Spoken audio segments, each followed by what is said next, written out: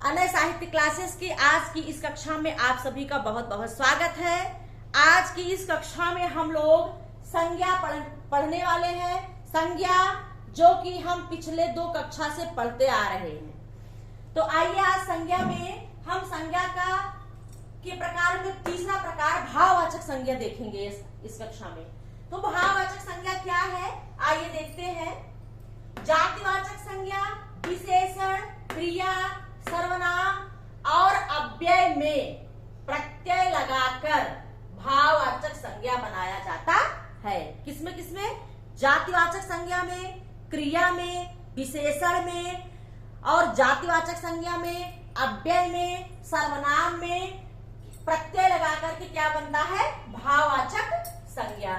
इसकी दूसरी परिभाषा है कि जिस संज्ञा शब्द से व्यक्ति या वस्तु के गुण या धर्म, दशा अथवा व्यापार का बोध होता है वही भाववाचक संज्ञा कहलाता है।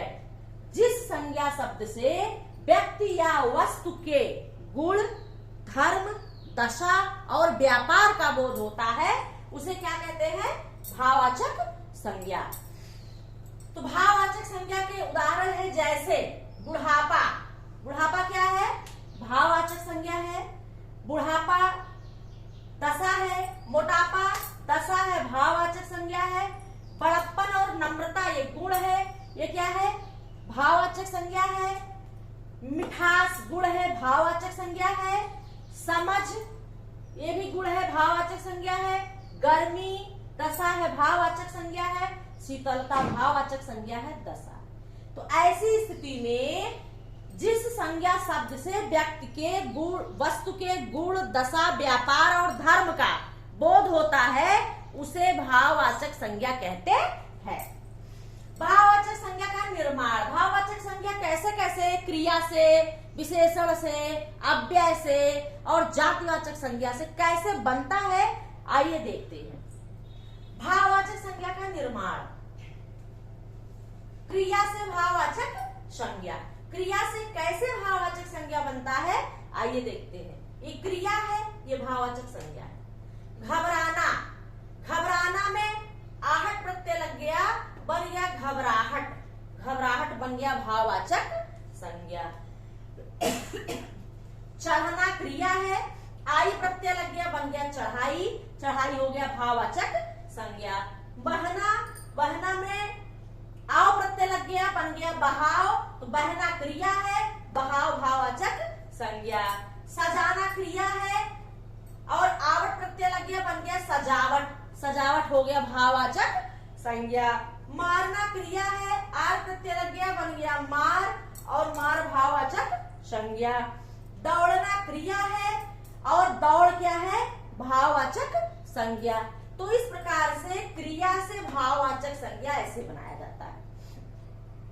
दूसरा है विशेषण से भाववाचक संज्ञा। आइए देखते हैं विशेषण से कैसे भाववाचक संज्ञा बनता है। गर्म में ई प्रत्यय लग गया, बन गया गर्मी। गर्मी क्या है? भाववाचक संज्ञा है। मीठा विशेषण है, आस प्रत्यय लग गया, बन गया मिठास, भाववाचक संज्ञा हो गया। सर्द विशेषण है, ई प्रत्यय लग गया, बन गया सर्दी। सर्दी भाववाचक संज्ञा है।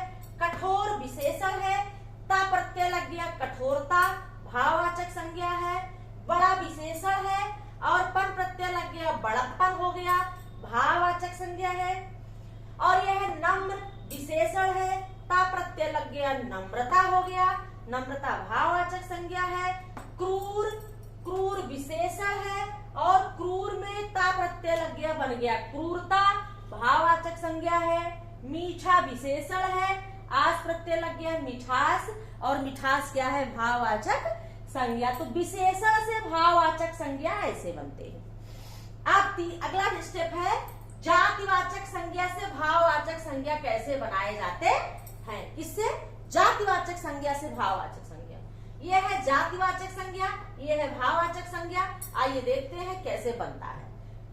बूढ़ा जाति का द्योतक है, बूढ़ा में पा प्रत्यय लग गया, बन गया बुढ़ापा। बुढ़ापा जो है भाववाचक संज्ञा है, बूढ़ा जातिवाचक संज्ञा है। लड़का जातिवाचक संज्ञा है, पन प्रत्यय लग गया, बन गया लड़कपन। लड़कपन भाववाचक संज्ञा है। मित्र जातिवाचक संज्ञा है, ता प्रत्यय लग गया, मित्रता बन गया, मित्रता भाववाचक संज्ञा है।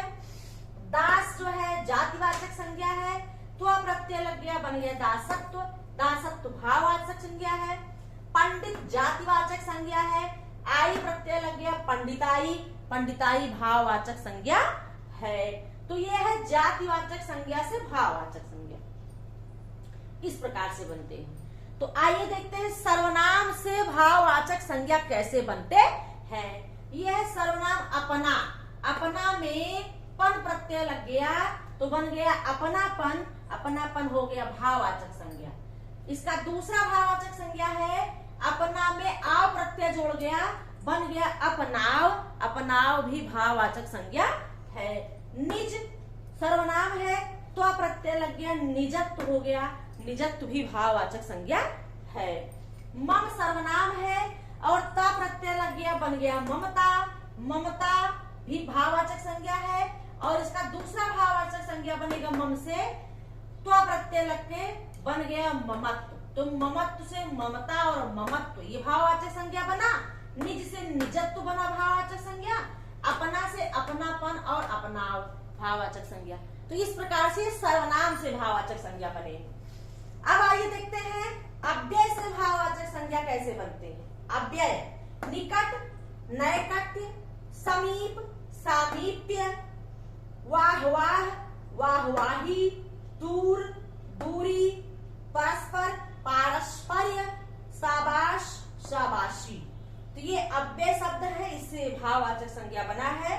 निकट से नैकट्य, समीप से सामीप्य, वाह वाह से वाह वाही, दूर से दूरी, परस्पर से पारस्पर्य, शाबाश से शाबाशी। तो इस प्रकार से ये जातिवाचक संज्ञा और क्रिया, विशेषण और सर्वनाम और अव्यय से ये बने हैं क्या, भाववाचक संज्ञा। तो इस प्रकार से आप लोगों ने देखा कि भाववाचक संज्ञा का निर्माण कैसे होता, कैसे कैसे बनते हैं। तो आइए 5 प्रश्न है, इसको हम सॉल्व कर लेते हैं इसी टॉपिक से संबंधित।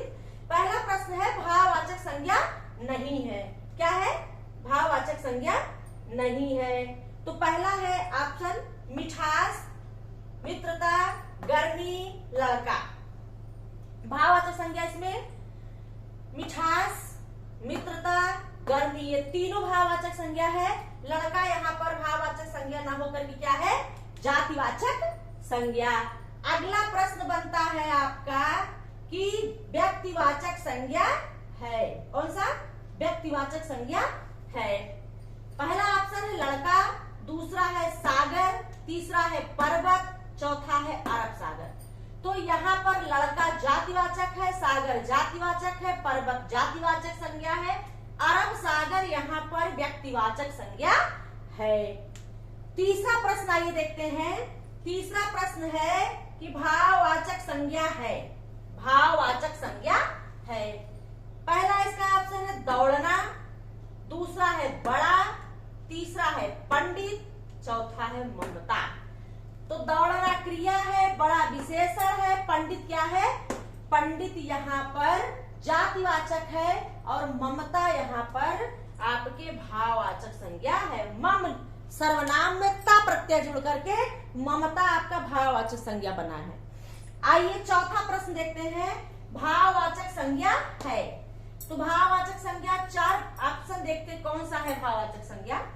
समझ, नदी, प्रयागराज, निज। तो यहाँ पर नदी जातिवाचक, प्रयाग व्यक्तिवाचक और निज सर्वनाम। यहाँ पर समझ क्या है, भाववाचक संज्ञा। ठीक है, दशा का बोध कर रहा है। अगला और अंतिम प्रश्न है कि भाववाचक संज्ञा है शाबाशी, शाबाश, क्रूर, बूढ़ा। तो यहाँ पर क्रूर, बूढ़ा और शाबाश ना होकर के सिर्फ शाबाशी क्या है, भाववाचक संज्ञा।